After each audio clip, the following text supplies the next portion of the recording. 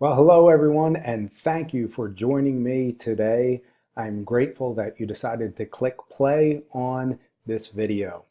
This is a follow-up from our secondary webinar that was held on Wednesday, March 7th, 2018. And if you were there in attendance, you saw what great passion there was for the first three tools that we were talking about. And when you have a group of passionate educators that get together, sometimes we decide to go a little bit long. And unfortunately, we weren't able to get our fourth tool in on the webinar. So you're joining me today in overtime to be able to discuss our fourth tool that we were looking at in our March webinar. So I am Bill Brannick. I'm the Director of Technology here with AOP Tech in the Archdiocese of Philadelphia. Great to have you with me. And today we are going to talk about a Google Keep overview. And much like in the webinar, it's going to be a quick glimpse, about 10 to 12 minutes, of Google Keep itself. Now, I am that individual that traditionally has had all of those sticky notes all over my desktop, okay, all over my screen, all over the desktop itself when I was a teacher and as an administrator. And especially when I became an administrator, I really tried to digitize as much that I could to remove the clutter and to be able to improve the workflow. And what I love so much about Google Keep, three things: that it's intuitive. It's very easy to be able to work within Google Keep, and it's very simplistic. It's mobile. I can access Keep on my Chrome browser, on my iPhone, on an Android device, on my iPad. And everything, once I save it, everything syncs up instantaneously, and we're going to take a look at that today. And it's flexible. Google Keep itself is meant to be a productivity tool and a list keeping tool to be able to keep you organized. But there are so many things that Google Keep can do, and it really is one of the hidden gems in the G Suite core of applications. So you ready? Let's dive in and take a look. So as we move over to Google Keep, very quickly you see how simplistic it is. Very similar to the Google layout. We have a left-hand navigation bar. It's by the hamburger. We could open up or close, and we have some labels down here that we're familiar with from using Gmail. Here is our main pane where our lists are going to live. And depending on you as an individual, you certainly have the flexibility to be able to view them in what this is called as grid view, or switch it into list view. And you will have all of your Google Keep lists itemized in a row. Personally, for me, I like the grid view. And the last piece that is really powerful that we see in all of our Google applications, Google Mail, Google Drive especially, is a powerful search feature. We can search for our lists by the different types of lists. Have we set reminders on lists? Are they true lists where we can physically check mark off each of our items? Did we upload any images, or do we have URLs? As well, we have the ability to be able to search by labels, by things that we include in our list, keywords, and by colors. And colors are very important. And the last way to search that isn't shown here is searching by collaborators. Those individuals that you have shared your lists with, you can search for them by their email addresses. So as we go back through and take a quick look again at our Google List home pane, we're going to look at a number of different lists that we have set up. And this, my first list, combines two of my favorite things. Number one, the ability to be able to physically check off items on our list. You can simply create a list with checkboxes, and as you go through those checkboxes, click, and you will see them down that they have been completed. And if you want to use this checkbox as a template for your use each day, simply unclick the checkboxes and they go back up into the order in which you had them. Another thing that you can do is within your checkboxes, as you open up the window, you can rearrange them very simply by just a click and a drag. For our visual learners, and that can include us as adult learners or our students, a great way to stay organized is to be able to insert an image in your list. What this will do is that it will provide for you that visual identifier as far as what that list may be. A couple of other ideas that we can look at Google Keep for: collaborative brainstorming and planning. We know that especially in our high schools, the STEM approach is coming into our high schools more and more each day. And what does that require? It requires collaboration. What do we have a lack of time for? Collaboration in many cases. So what this gives us the ability to do is it gives us the ability to be able to start brainstorming on topics on an upcoming lesson that you may be working on teachers with. And it gives you that opportunity to first collect some ideas here in a list, and you can simply add collaborators by adding their email accounts that are on your Google domain. And as you go through, each individual would be able to add some of their brainstorm ideas to it. The other piece, as far as what we would be able to do once we have those brainstormed ideas captured, we can then go down, click more, and go over and copy to Google Docs. And it will then take those ideas sorted by the names that you put in there and open up and create a brand new Google Doc for you so that you can start doing a little bit more appropriate planning and dialogue through that vehicle. I'm going to put this to the side, this comments list, for a minute. We're going to touch on that in just a couple of seconds. Some other things that you can use Google Keep for: you can use it as a bookmark repository.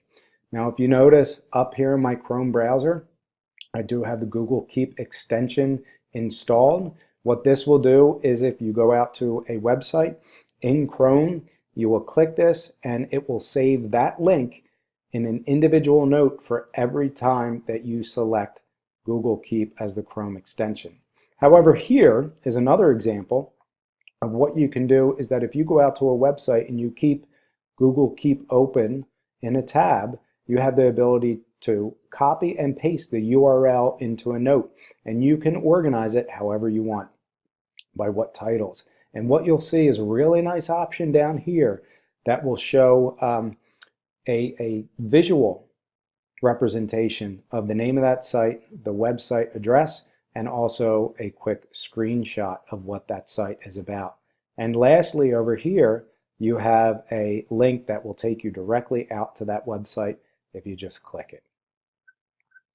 The last piece that I want to show you as far as an idea, and there are many ideas, and I would recommend that you Google Shake Up Learning 15 ways for students to use Keep. That will give you a number of ideas. Another way, though, is to be able to track action items. So whether it is from a meeting with co-teachers, a meeting with the administration, or if you are a moderator of an extracurricular activity, you create action items and then you add collaborators for those collaborators to fill in the information on those individual action items, whether they be date completed or further information that was needed for them to be able to complete that.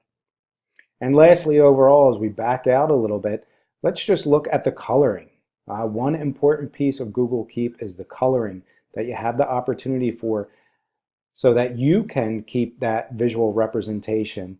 Let's say that we have our lists that are going to be a certain color for follow-up in our classes. Maybe our extracurricular activities we will see are going to be a light blue in color, and maybe some of our inspirational ideas that we're going to record are going to be another color. One additional piece that I want to show you, which is simply phenomenal. We use Google Docs so often in our schools now that Google has done a great thing to integrate both Google Docs with Keep. And you do it by doing this. You go to Tools, you come down to Keep Notepad, and then your Keep Notepad will open up on the right-hand side. Now, many of you are inserting comments about student work in Google Docs. And there are a number of different ways to be able to do this, certainly by selecting the text and inserting a comment and typing that comment out each time. But here's one great tip and idea for you. Let's scroll down to find our common comments list, and I just passed it. So here's our common comments list. And here I have an example of student work, and for full transparency, I just Googled examples of student work, and this was the website that pulled up for me. So let's say that you are looking at Johnny or Susie's paper, and you want to make a comment on this specific sentence. Well, let's go into our comments list. We highlight, copy, highlight this text, insert a comment, and paste.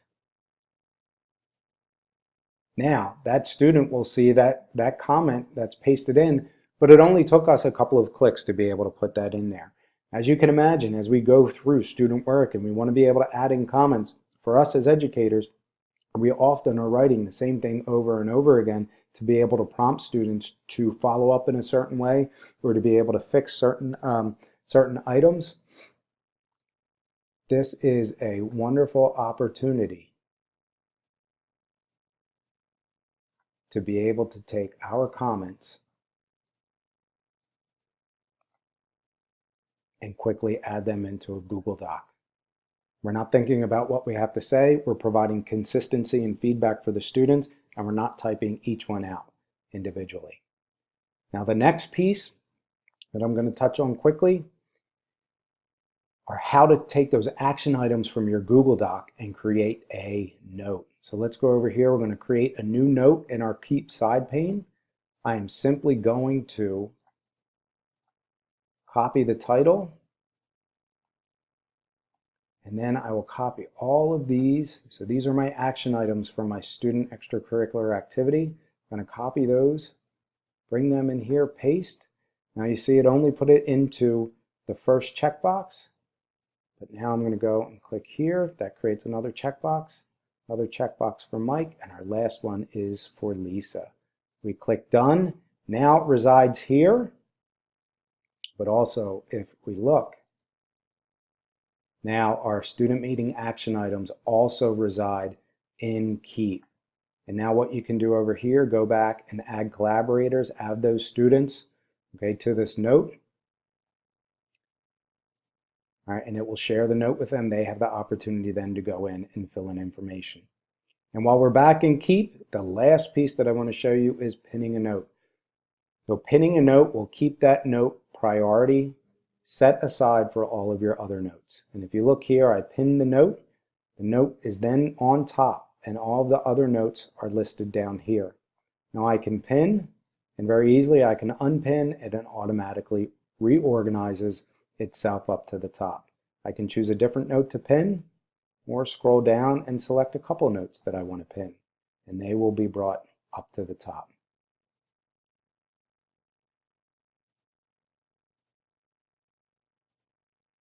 So when we look at Google Keep has a tremendous number of benefits for you as an educator professionally. You can also use it personally as well to be able to keep track of things, and it's a great resource when you're heading off to the grocery store and you have that list. And for those of you that need to physically check off things as you complete them, you have those checkboxes to be able to check them, and then they go down below. Great for students as well to be able to look at as an organizational tool and a different way to be able to collaborate and to start that brainstorming process. And as well, both for students and for us as educators, a great way to be able to streamline your productivity, to be able to see all of your information on all of your different devices so that you're confident that what you do on your computer is going to be on your iPhone or your Android phone when you go to pick that up to look at the things that you need to get done. Overall, I love Google Keep. Google Keep has been a great tool to add to my toolbox to help me personally improve my productivity on a daily basis. So thank you. That was a quick overview of Google Keep that was to be done in the March high school webinar. I hope you enjoyed that overview. And as always, please continue the conversation with us and with your peers online through all of our social media outlets at AOP Tech. And you can always feel free to use our aoptech.org website as a launching point for a lot of great resources for both you, your students, and your parents. I hope you have a wonderful day, a great week, and enjoy the upcoming weekend. Take care.